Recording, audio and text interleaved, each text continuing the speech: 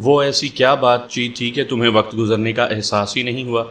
وکیل استغاثہ نے تعجب بھرے لہجے میں استفسار کیا، جبکہ تمہیں معلوم ہو چکا تھا مقتولہ کا شوہر اس وقت گھر میں موجود نہیں۔ وہ ایک لمحے کو متوقف ہوا، پھر نکیلے پیرائے میں بولا، لگتا ہے تم دونوں میں کوئی نہایت ہی دلچسپ اور وقت فراموش گفتگو کھل گئی تھی۔ وہ وہ بس کچھ نہیں، رستم نے ہچکچاہٹ آمیز لہجے میں کہا۔ مونا مجھ سے ایئر لاک کے بارے میں معلومات حاصل کرتی رہی، انہیں اکثر ایئر لاک کا مسئلہ درپیش رہتا تھا۔ میں نے مونا کو بتایا کہ وہ گیزر کے لیے الگ سے پانی کی ٹینکی لگوا لیں۔ ان کے فلیٹ میں صرف ایک ٹینکی تھی جو کچن میں لگی ہوئی تھی۔ گیزر اس ٹینکی سے ذرا فاصلے پر نصب تھا۔ مسئلہ یہ تھا کہ ان کی اپارٹمنٹ بلڈنگ میں ایک مخصوص وقت پر پانی آتا تھا اور لگ بھگ 2 گھنٹے پانی کی سپلائی جاری رہتی۔ ٹینکی تو 10 منٹ میں بھر جاتی، اس کے بعد ڈائریکٹ پانی استعمال میں رہتا۔ 10 منٹ میں بھرنے والی ٹینکی زیادہ استعمال کے باعث پانی کے مخصوص وقت سے پہلے خالی ہو جاتی تو گیزر کی سپلائی لائن میں ایئر پھنس جاتی، جس کے نتیجے میں گرم نلوں میں پانی آنا بند ہو جاتا۔ اس مسئلے کے 2 ہی حل تھے، ایک یہ کہ پانی کی سپلائی 24 گھنٹے رہے، اور یہ سر دست ممکن نہیں تھا۔ چنانچہ میں نے اسے مشورہ دیا کہ وہ گیزر کے لیے اپنے فلیٹ میں ایک اضافی ٹینکی لگوا لیں تاکہ ایئر لاک کی نوبت ہی نہ آئے۔ وہ ایک لمحے کو سانس کے لیے رکا، پھر اضافہ کرتے ہوئے بولا، اس مسئلے کا ایک تیسرا حل بھی تھا، اور وہ یہ کہ گیزر کی سپلائی میں سے ایک پائپ نکال کر اوپر لے جانا اور اس ٹینکی کے لیول سے بلند رکھتے ہوئے کھلا چھوڑ دینا۔ لیکن مونا کو یہ تجویز پسند نہیں آئی، اور اس نے مجھ سے یہی کہا کہ وہ دوسری ٹینکی کے بارے میں اپنے شوہر سے بات کرے گی۔ اس طرح گھر کے اندر پانی کا سٹاک بھی بڑھ جائے گا۔ بس یا اور کچھ؟ رستم کے خاموش ہونے پر وکیل استغاثہ نے کٹیلے لہجے میں پوچھا۔ جواب میں اس نے صرف اتنا کہا، بس۔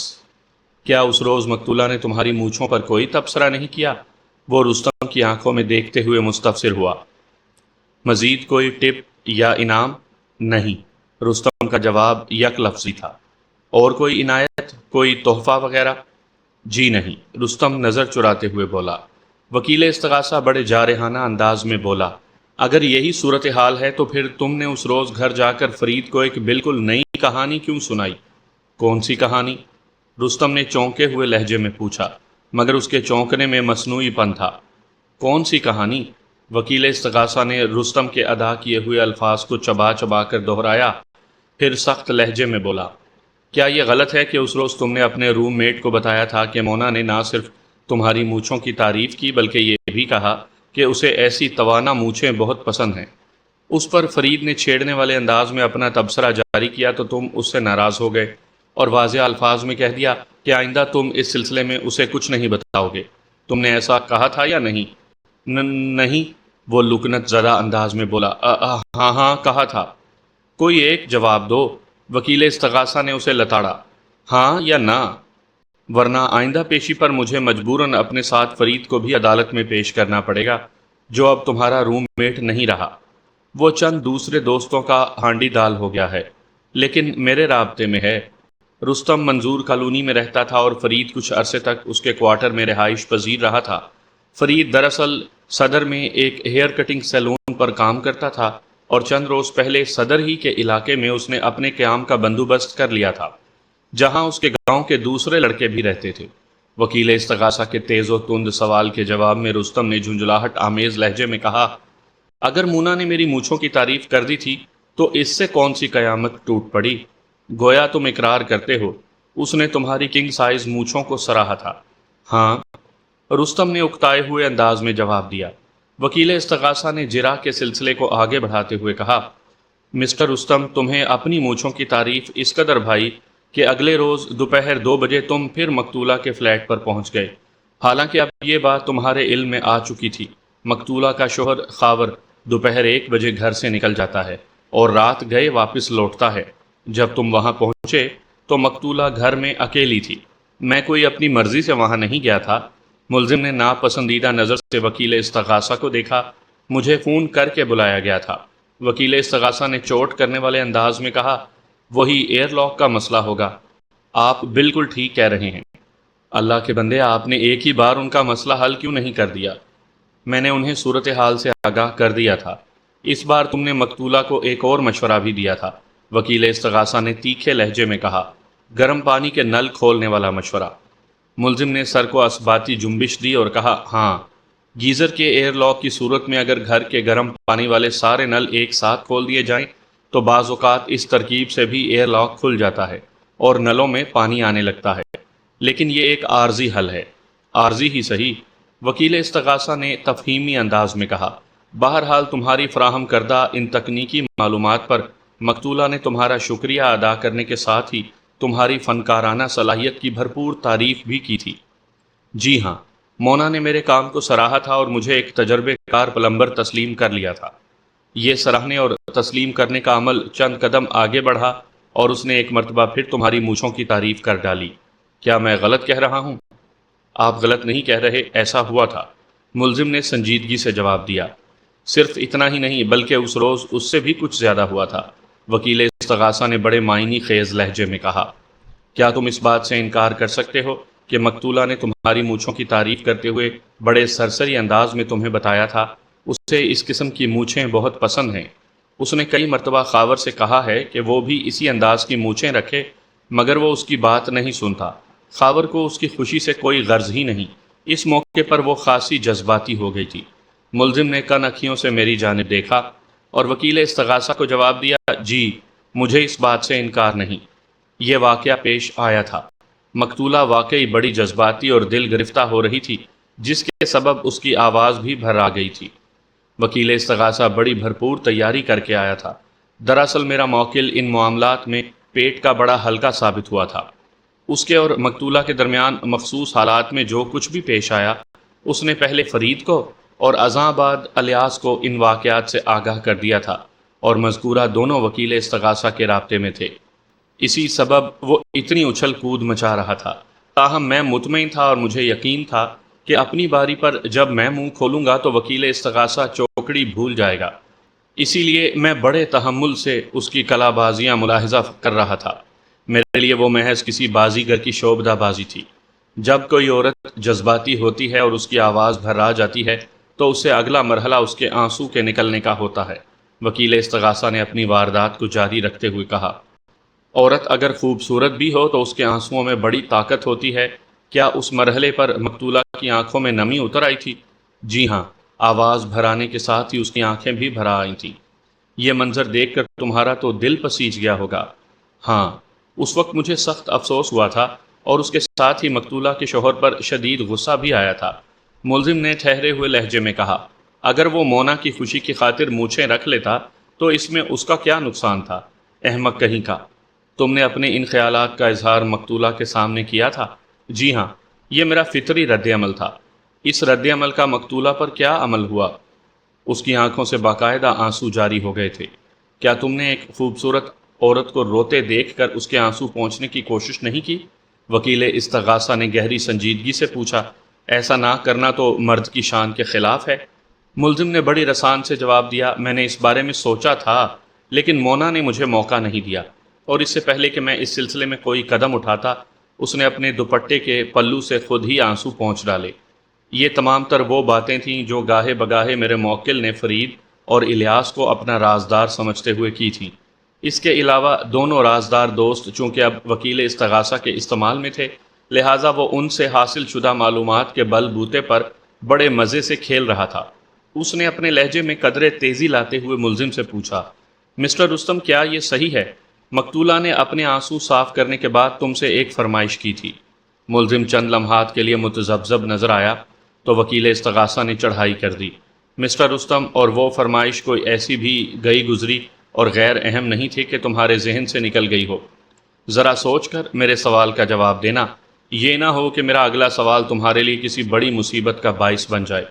تھوڑے تامل کے بعد میرے موکل نے بتایا، مجھے یاد ہے مقتولہ نے اس وقت میری مونچھوں کو چھونے کی خواہش ظاہر کی تھی، اور تم نے اس کی یہ سنسنی خیز فرمائش پوری کر دی تھی؟ جی ہاں، مجھے اس میں کوئی قباحت نظر نہیں آئی تھی۔ جواب میں تم نے بھی مقتولہ سے ایک فرمائش کی تھی۔ بات ختم کرتے ہی وکیل استغاثہ بڑی تیکھی نگاہ سے اس کی آنکھوں میں جھانکنے لگا۔ ملزم کے چہرے پر ایک رنگ سا آ کر گزر گیا۔ اس رنگ میں شرم کا عنصر غالب تھا، تاہم جواب دینے میں اس نے کوئی خاص تردد نہیں کیا اور قدرے جھینپے ہوئے انداز میں بولا، آپ بالکل ٹھیک کہہ رہے ہیں، میں نے مقتولہ کا ہاتھ چومنے کی خواہش ظاہر کی تھی۔ مقتولہ کے مخروطی انگلیوں کے حامل ہاتھ تمہیں بہت اچھے لگے تھے۔ ملزم نے اس بات میں گردن ہلانے پر اکتفا کیا۔ وکیل استغاثہ نے پوچھا، کیا تم شادی شدہ ہو؟ ملزم نے نفی میں سر ہلایا اور کہا، نہیں۔ کیا مقتولہ سے پہلے تمہیں کسی عورت کے اتنے قریب ہونے کا موقع ملا؟ جی نہیں۔ وہ اپنی جھیپ مٹانے کے لیے ادھر ادھر دیکھتے ہوئے بولا۔ کیا مقتولہ نے تمہاری خواہش پوری کر دی تھی؟ جی ہاں۔ یہ تجربہ تمہیں کیسا لگا؟ بہت اچھا۔ کیا تم اس موقع پر اپنی فرمائش تک محدود رہے تھے؟ تھوڑے سے تامل کے بعد ملزم نے کہا، میرا خیال ہے میں تھوڑا آگے بڑھ گیا تھا۔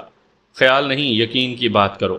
وکیل استغاثہ نے ڈانٹ سے مشابہ انداز میں کہا، یہ کوئی سنا سنایا قصہ نہیں، بلکہ تمہارا ذاتی تجربہ ہے، لہٰذا اس بارے میں تم سے زیادہ اور کوئی پر یقین نہیں ہو سکتا۔ ملزم نے ایک طویل اور بوجھل سانس خارج کی، پھر سنجیدگی سے بولا، مجھے خود پر اختیار نہیں رہا تھا اور میں کچھ تجاوز کر گیا تھا۔ کچھ تجاوز؟ کیا مطلب؟ وکیل استغاثہ نے کڑے تیوروں سے اسے گھورا۔ ملزم نے بڑی خائف نظر سے جج کی طرف دیکھا، پھر وکیل استغاثہ کی جانب متوجہ ہوتے ہوئے جواب دیا، مقتولہ مجھے بہت اچھی لگی تھی۔ میں نے اس کے ہاتھ پر بوسہ دیا تو میرے دل میں یہ خواہش جاگی کہ میں اسے اپنی باہوں میں بھر لوں۔ کیا تم نے اپنی یہ دلی خواہش پوری کر لی؟ جی ہاں۔ ملزم نے ندامت بھرے انداز میں کہا۔ مقتولہ نے تمہاری اس حرکت پر کوئی اعتراض نہیں کیا؟ ملزم نے جواب میں اپنی گردن کو نفی میں حرکت دی۔ اس وقت عدالت کے کمرے میں مقتولہ کا شوہر خاور بھی موجود تھا۔ میں توقع کر رہا تھا کہ جرح کے اس نازک حصے پر وہ تل ملا اٹھے گا، اسے خود پر قابو نہیں رہے گا اور وہ اپنی سیٹ سے کھڑا ہو کر پتہ نہیں ملزم کو کیا کیا سنا ڈالے گا۔ لیکن یہ دیکھ کر میری حیرت کی انتہا نہ رہی کہ وہ شخص بڑے امن اور سکون سے اپنی جگہ جمع بیٹھا رہا۔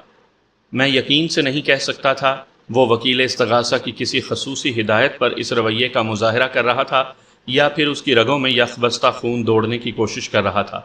بیوی کا معاملہ بڑا حساس ہوتا ہے اور ایسی صورت میں کسی بھی غیرت مند شوہر کا چراغ پا ہو جانا عین فطری بات ہے، مگر خاور زمیں جنبد نہ جنبد گل محمد کی تفسیر بنا بیٹھا تھا۔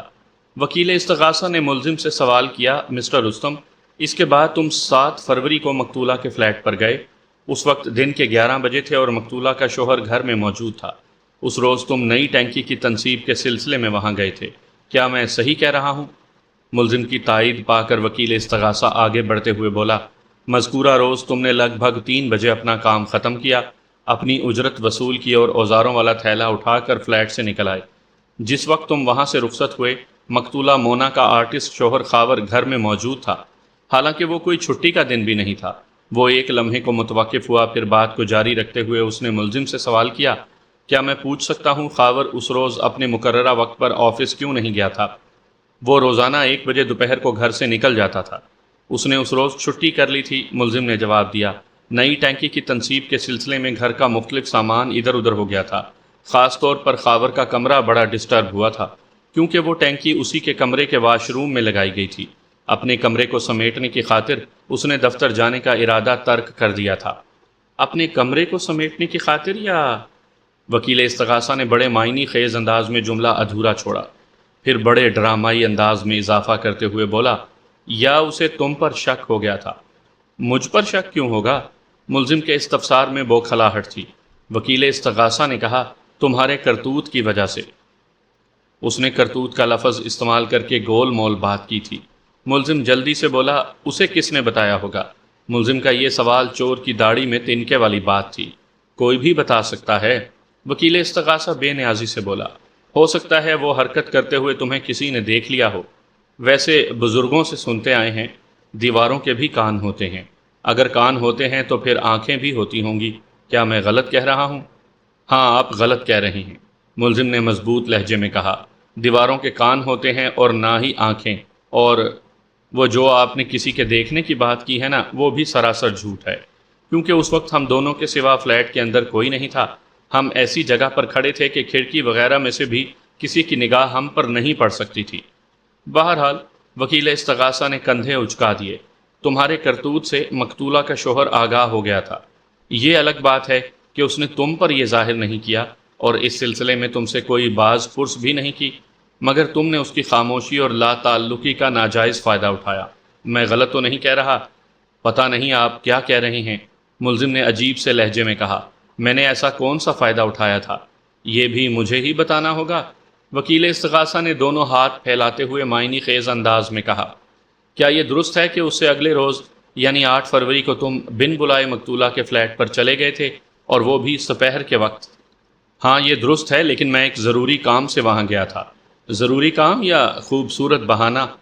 آپ خواہ مخواہ ہر سیدھی چیز کو الٹا کر پیش کر رہے ہیں وکیل صاحب، ملزم نے جرأت مندی دکھاتے ہوئے کہا۔ وہ کوئی خوبصورت یا بدصورت بہانہ نہیں تھا۔ ایک روز پہلے وہاں کام کرتے ہوئے میرا پائپ کٹر کہیں ادھر ادھر ہو گیا تھا۔ 8 فروری کی صبح ایک ضرورت کے تحت میں نے ٹول کٹ کھولی تو کٹر غائب تھا۔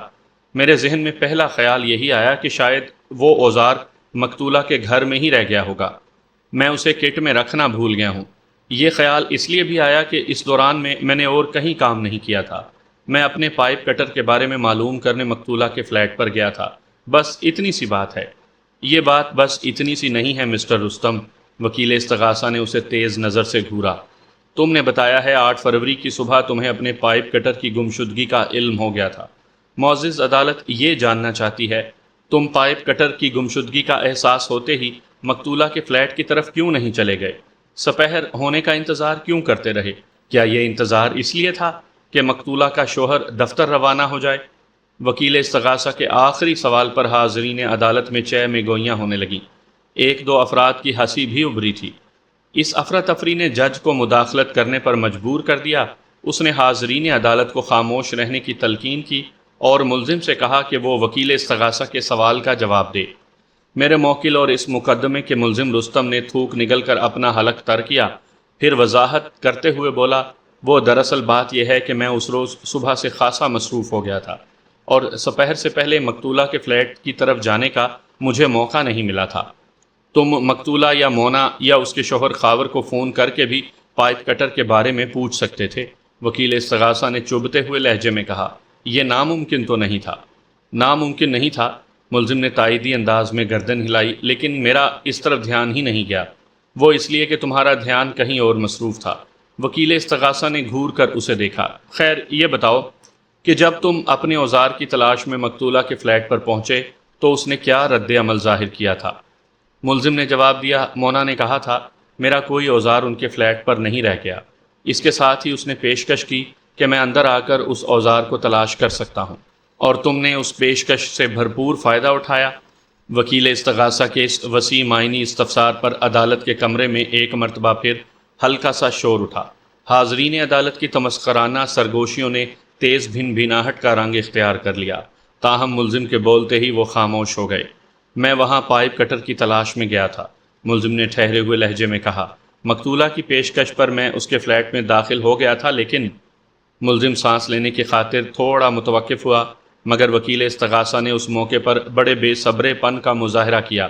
اس سے پہلے کہ ملزم اپنی ادھوری بات کو پورا کرتا، وکیل استغاثہ فوراً بول اٹھا، لیکن کیا مسٹر رستم؟ لیکن یہ کہ میرا پائپ کٹر نہیں مل سکا۔ او، وکیل استغاثہ نے متاسفانہ انداز میں کہا، تمہیں مایوسی تو بہت ہوئی ہوگی۔ کیسی مایوسی؟ ملزم نے الجھن زدہ لہجے میں دریافت کیا۔ وکیل استغاثہ چالاکی سے بولا، اس کا مطلب ہے تمہیں مایوسی نہیں ہوئی تھی۔ پتہ نہیں آپ الفاظ کو الٹا گھما کر کیا ثابت کرنا چاہتے ہیں؟ وکیل استغاثہ نے اپنے مبہم بیان کی وضاحت کرنے کے بجائے الٹا ملزم سے سوال کر ڈالا، مسٹر رستم کیا یہ سچ ہے پائپ کٹر کی تلاش میں مقتولہ مونا بھی تمہارے ساتھ پورے فلیٹ میں چکراتی پھرتی رہی؟ پورے فلیٹ میں نہیں، ملزم نے جلدی سے کہا، صرف ان جگہوں پر جہاں میں نے کام کیا تھا، خاور کے روم سے ملحق واش روم میں اور گیزر کے پاس۔ کیا اس روز تم مونا کے بیڈ روم میں بھی گئے تھے؟ میں اس کے بیڈ روم سے گزرا تھا۔ او، وکیل استغاثہ نے آنکھیں پھیلا کر بڑے معنی خیز انداز میں حاضرین عدالت کو دیکھا، پھر ملزم کی جانب متوجہ ہوتے ہوئے چبھتے ہوئے لہجے میں بولا، مسٹر رستم تمہیں پائپ کٹر کے نہ ملنے کا افسوس تو نہیں ہوا ہوگا؟ تم جس مقصد سے مقتولہ کے فلیٹ پر گئے تھے وہ تو پورا ہو گیا۔ میں سمجھا نہیں، آپ کیا کہنا چاہ رہے ہیں؟ تم بڑی اچھی طرح سمجھ رہے ہو مسٹر رستم، وکیل استغاثہ نے ایک ایک لفظ پر زور دیتے ہوئے کہا۔ پائپ کٹر کے ملنے کا تمہیں اس لیے افسوس نہیں ہوا کہ تمہارا وہ اوزار کھویا ہی نہیں تھا، وہ محض ایک بہانہ تھا مقتولہ کے فلیٹ میں داخل ہونے کا، اس کا قرب حاصل کرنے کا۔ یہ جھوٹ ہے، ملزم چیخ اٹھا، میں نے کوئی بہانہ نہیں بنایا، میرا اوزار واقعی کھو گیا تھا، جس کی تلاش میں مقتولہ کے فلیٹ کی طرف گیا تھا۔ کیا یہ بھی جھوٹ ہے کہ گزشتہ سے پیوستہ کے مصداق اس روز بھی تمہیں مقتولہ کا قرب حاصل ہو گیا تھا؟ وکیل استغاثہ نے اس کی آنکھوں میں دیکھتے ہوئے تیز لہجے میں سوال کیا۔ میرا موکل پیٹ کا حلقہ ثابت ہوا تھا اور اس کے اس ہلکے پن نے وکیل استغاثہ کا پلڑا بھاری کر دیا تھا۔ ملزم نے اپنے دوستوں کو جو بھی کہانیاں سنائی تھیں ان میں مرچ مسالہ بھر کر وکیل استغاثہ نے خاصے ڈرامائی سین تخلیق کر لیے تھے۔ میرے لیے اطمینان کا پہلو یہ تھا کہ میرا موکل ڈٹ کر وکیل استغاثہ کا مقابلہ کر رہا تھا۔ اس نے حقیقت کو تسلیم کرنے کے لیے اب تک جھوٹ کا سہارا نہیں لیا تھا۔ اس نے اپنے جذباتی لغزشوں اور لرزشوں کا کھلم کھلا اقرار کر لیا تھا، سچ کو آنچ نہیں۔ اس کے مطابق ملزم کے رویے سے یہ کیس ہمارے حق میں بہتر ہوتا جا رہا تھا۔ وکیل استغاثہ کے سوال کے جواب میں رستم نے نہایت ہی ٹھہرے ہوئے لہجے میں کہا، یہ جھوٹ نہیں، میں نے اس روز بھی مونا کو پیار کیا تھا۔ چلیں، پائپ کٹر کھویا تھا یا نہیں، تمہارا مقصد تو پورا ہو گیا، وکیل استغاثہ نے تیکھے انداز میں کہا۔ وکیل استغاثہ کے اس تبصرے پر حاضرین عدالت میں سے بیشتر کی ہنسی چھوٹ گئی۔ پھر ان کی دیکھا دیکھی دوسروں نے بھی ہمت پکڑی اور چہ مگوئیوں کی فضا ہموار ہو گئی۔ میں نے وکیل استغاثہ کی بات پوری ہونے کے ساتھ ہی مقتولہ کے شوہر خاور کی طرف دیکھا۔ مجھے امید تھی اس موقع پر وہ ضرور سیٹ سے کھڑا ہو کر کوئی پر اشتعال تقریر کر ڈالے گا۔ ایک طرح سے اس کی مرحوم بیوی پر کیچڑ ڈالی جا رہی تھی، لیکن وہ ٹس سے مس نہ ہوا۔ اس کے صبر اور سکون کو دیکھتے ہوئے اندازہ ہوتا تھا عدالت آنے سے پہلے اس نے ٹھنڈائی کا ایک بڑا پیالہ اپنے معدے میں انڈیل لیا تھا، اور ٹھنڈائی بھی دھنیے والی۔ اس کا اطمینان بھرا رویہ ہمارے خطے کی نفسیات سے متصادم تھا۔ جج کو ایک مرتبہ پھر حاضرین عدالت کو خاموش کرانے کے لیے مخصوص جملوں کا استعمال کرنا پڑا۔ اگلے ہی لمحے عدالت کے کمرے میں سناٹے کی سی کیفیت ابھر آئی۔ اس سکوت کو وکیل استغاثہ کی تیز آواز نے توڑا۔ وہ ملزم سے کہہ رہا تھا، مسٹر رستم، اس کے بعد 10 فروری کا دن آتا ہے، یعنی وقوعے کا روز۔ اس روز بھی تم مقتولہ کے فلیٹ میں کچھ ٹھیک کرنے، کچھ خراب کرنے پہنچ گئے تھے، اور وہ بھی اس وقت جب خاور گھر میں نہیں تھا۔ وہ اگر گھر میں نہیں تھا تو اس میں میرا کیا قصور؟ ملزم نے سٹ پٹائے ہوئے انداز میں کہا۔ مجھے کام کے لیے جہاں اور جس وقت بلایا جائے گا میں جاؤں گا۔ وقوعہ کے روز تمہیں مقتولہ نے یا اس کے شوہر نے بلایا تھا؟ وکیل استغاثہ نے پوچھا۔ مقتولہ مونا نے۔ مقتولہ کو تم سے کیا کام پڑ گیا؟ اس کے گیزر میں تھوڑی گڑبڑ ہو گئی تھی۔ واہ! وکیل استغاثہ نے مذاق اڑانے والے انداز میں سراہا، پھر رازدارانہ انداز میں ملزم سے پوچھنے لگا، سچ مچ بتاؤ، تم نے اس گیزر کو کوئی رشوت وغیرہ تو نہیں دے رکھی تھی؟ کیا مطلب ہے آپ کا؟ بھائی، اول و آخر یہ گیزر ہی تمہاری راہ ہموار کرتا نظر آتا ہے، وکیل استغاثہ سہلانے والے انداز میں بولا۔ اس سے تو یہی ظاہر ہوتا ہے پانی گرم کرنے والی یہ دھاتی مشین تمہارے اشاروں پر ناچتی ہے۔ ملزم نے اکتاہٹ بھرے لہجے میں جواب دیا، ایسی کوئی بات نہیں، گیزر کا تھرموسٹیٹ گڑبڑ کر رہا تھا اور میں نے انہیں بتا دیا تھا کہ وہ اسے تبدیل کروا لیں۔ اس روز مقتولہ نے مجھے تھرموسٹیٹ کی تبدیلی کے لیے ہی اپنے فلیٹ پر بلایا تھا۔ یہ تو بہت معمولی سا کام ہے، تم نے 15-20 منٹ میں نمٹا دیا ہوگا، وکیل استغاثہ نے سرسری انداز میں کہا۔ ابھی چند روز پہلے میں نے بھی اپنے گھر کے گیزر کا تھرموسٹیٹ بدلوایا ہے، اس لیے میں بھی اس بارے میں کرنٹ معلومات رکھتا ہوں۔ آپ ٹھیک کہتے ہیں، یہ اتنے ہی وقت کا کام ہے۔ پھر تم اس سے دگنا وقت تک مقتولہ کے فلیٹ میں کیا کرتے رہے؟ وہ مقتولہ نے مجھے چائے کے لیے روک لیا تھا۔ اوہو، خاطر مدارات، وکیل استغاثہ نے استہزائیہ انداز میں کہا۔ بھائی، تمہارا پیشہ تو بڑے مزے کا ہے۔ ایک لمحے کو رک کر اس نے چونک کر پوچھا، کیا سارے پلمبر تمہاری طرح خوش قسمت بھی ہوتے ہیں؟ ملزم نے وکیل استغاثہ کے سوال کا جواب دینے کے بجائے اپنے زیادہ دیر تک مقتولہ کے فلیٹ پر قیام کی وضاحت کرتے ہوئے کہا، وہ دراصل بات یہ ہے کہ کام ختم کرنے کے بعد میں نے تو صرف پانی مانگا تھا، لیکن مقتولہ نے مجھے بٹھا لیا اور کہا کہ پانی بھی ملے گا اور چائے بھی پی کر جاؤ، ہم تمہیں بار بار تکلیف دیتے رہتے ہیں۔ اس نے کہا اور تم رک گئے۔ وکیل استغاثہ کا انداز ڈانٹنے والا تھا۔ میں کیا کرتا، اخلاقیات کا تقاضا یہی تھا۔ عمدہ اخلاق کے اس مظاہرے کے بعد تم نے جو کچھ کیا اسے انسانی اقدار کے کس صفحے پر رقم کرو گے؟ وکیل استغاثہ کے انداز میں جارحت اتر آئی۔ ملزم نے متذبذب نظر سے اسے دیکھا۔ میں نے کیا کیا تھا؟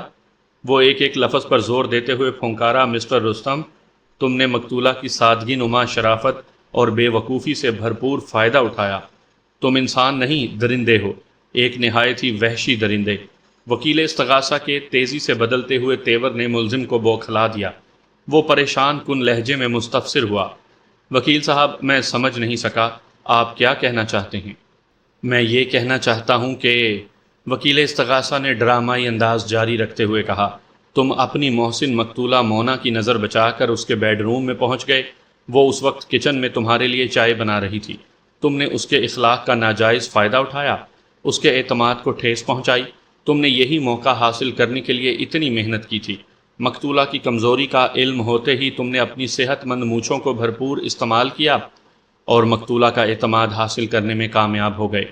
وہ تم پر اتنا بھروسہ کرنے لگی کہ اکیلے گھر میں تمہیں چائے پلانے کو تیار ہو گئی۔ وہ ایک لمحے کو متوقف ہو کر جج کی طرف دیکھنے لگا، پھر سلسلہ بہتان کو جاری رکھتے ہوئے جوشیلے لہجے میں بولا، تم مقتولہ کے بیڈ روم میں پہنچے اور اس کی ڈریسنگ کے دروازوں کو کھکھوڑنے لگے۔ اتنے دنوں کی آمد و شد سے تم نے یہ اندازہ لگا لیا تھا کہ مقتولہ اپنا زیور کہاں رکھتی ہے۔ بہرحال تھوڑی سی کوشش کے بعد تم زیورات کے باکس تک رسائی حاصل کرنے میں کامیاب ہو گئے۔ تم نے طلائی جڑاؤ سیٹ والا باکس دراز میں سے نکال لیا اور اسی موقع پر ایک اپ سیٹ ہو گیا۔ وہ تھوڑی دیر کو رکا اور پھر اپنی بات آگے بڑھاتے ہوئے بولا، خلاف توقع مقتولہ نے کچھ جلدی چائے بنا ڈالی۔ تم اسے نظر نہیں آئے تو وہ تمہاری تلاش میں بیڈ روم تک چلی آئی اور پھر اس نے تمہیں رنگے ہاتھوں پکڑ لیا۔ Red handed. یہ جھوٹ ہے، الزام ہے، ملزم احتجاجی لہجے میں چیخا۔ سامعین کرام، آپ سن رہے ہیں مرزا امجد بیگ ایڈوکیٹ کے لڑے گئے مقدمات کے سلسلے میں ایک دلچسپ مقدمے کی روداد جس کا نام ہے کم ظرف۔ یہ اس سلسلے کی قسط نمبر 2 ہے۔ مجھے امید ہے آپ کو میری یہ کاوش بھی پسند آ رہی ہوگی۔ آپ نے اگر ابھی تک میرا چینل کہانی گھر سبسکرائب نہیں کیا تو ابھی میرے چینل کو سبسکرائب کر کے بیل نوٹیفیکیشن آن کر لیجئے تاکہ آنے والی ہر نئی کہانی کی اطلاع بروقت آپ تک پہنچ سکے۔ وکیل استغاثہ نے اس کی چلاہٹ کی پرواہ نہیں کی اور اپنی ہی دھن میں بولتا چلا گیا۔ تم مقتولہ کو اپنے سر پر کھڑے دیکھ کر بوکھلا گئے۔ وہ تمہارے ہاتھ میں زیورات والا باکس دیکھ کر صورتحال کی تہہ میں اتر چکی تھی۔ ایک لمحے کے لیے تم دونوں کی نظریں ملیں اور تم نے اسی ایک لمحے کے 1000ویں حصے میں اندازہ لگا لیا کہ گڑبڑ ہو چکی ہے، تمہاری چوری پکڑی گئی ہے۔ اگر تم نے مقتولہ کا کوئی بندوبست نہ کیا تو خود بھی پکڑے جاؤ گے، اور پھر تم نے مقتولہ کا بندوبست کر دیا۔ آپ غلط کہہ رہے ہیں، یہ سراسر جھوٹ ہے، ملزم نے احتجاج کیا۔ میں نے کوئی زیور چرانے کی کوشش کی اور نہ ہی مونا کو قتل کیا۔ آلائے قتل پائپ کٹر تم سے تعلق رکھتا ہے، وکیل استغاثہ نے سنسناتے ہوئے لہجے میں کہا، اور اس اوزار کے ہینڈل پر تمہاری انگلیوں کے بڑے واضح نشانات پائے گئے ہیں۔ مسٹر رستم، تم جھوٹ بول کر، چیخ چلا کر اور معصوم قابل رحم صورت بنا کر عدالت کی ہمدردیاں نہیں سمیٹ سکتے، کیونکہ عدالت ثبوت مانگتی ہے، ٹھوس ثبوت۔ پھر وہ جج کی طرف مڑا اور سر کو تعظیمی جنبش دیتے ہوئے اس نے کہا، ڈیٹس آل یور آنر۔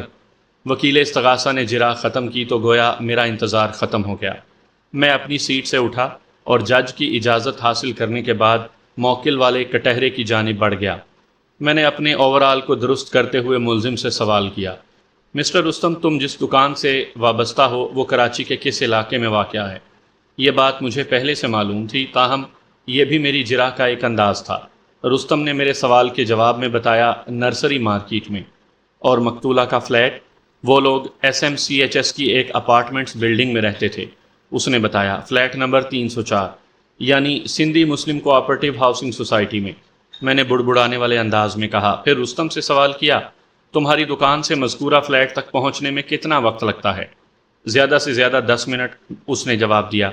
ٹھیک کہتے ہو، میں نے اس بات میں گردن ہلائی۔ نرسری مارکیٹ اور سندھی مسلم سوسائٹی میں زیادہ فاصلہ نہیں۔ ذرا سوچ کر بتاؤ، وقوعہ کے روز تم کتنے بجے دکان سے روانہ ہوئے تھے؟ لگ بھگ 1 بجے دوپہر، اس نے پروسوک انداز میں کہا۔ اس کا مطلب ہے تم 1:10 پر اس فلیٹ میں تھے، میں نے خود کلامی کے سے انداز میں کہا۔ پھر پوچھا، وقوعہ کے روز تم مقتولہ کے فلیٹ سے کتنے بجے نکلے تھے؟ 1:45 پر، یعنی 1:45 بجے۔ تم بڑا درست وقت بتا رہے ہو، میں نے حیرت سے اس کی طرف دیکھا۔ وہ اس لیے کہ میں نے بلڈنگ کی سیڑھیاں اترتے وقت اپنی گھڑی میں وقت دیکھا تھا، ملزم نے اپنے جواب کی وضاحت میں کہا۔ اس سے تو یہ ظاہر ہوتا ہے کہ تم کم و بیش 35 منٹ تک مقتولہ کے فلیٹ میں رہے تھے، میں نے سوالیہ نظر سے اس کی طرف دیکھا۔ جی ہاں، آپ بالکل ٹھیک کہہ رہے ہیں، اس نے تصدیق کرتے ہوئے کہا۔ پوسٹ مارٹم کی رپورٹ میں مقتولہ مونا کی موت کا وقت 10 فروری دوپہر 2 اور 3 بجے کے درمیان بتایا گیا ہے۔ اگر میرے موکل کی آمد و شد کے اوقات کو شک کی نگاہ سے نہ دیکھا جاتا تو وہ اس قتل کیس سے مبرا ہو جاتا تھا، مگر استغاثہ اس کے بیان پر یقین کرنے کو تیار نہیں تھا۔ استغاثہ کے اندازے بلکہ دعوے کے مطابق ملزم وقوعہ کے روز 1:30 بجے مقتولہ کے فلیٹ پر پہنچا تھا اور 2:15 یا 2:30 بجے وہاں سے رخصت ہوا تھا۔ میں نے سوالات کا زاویہ تبدیل کرتے ہوئے اپنے موکل سے استفسار کیا، کیا وقوعہ کے روز تم اپنی ٹول کٹ کے ساتھ مقتولہ کے فلیٹ پر پہنچے تھے؟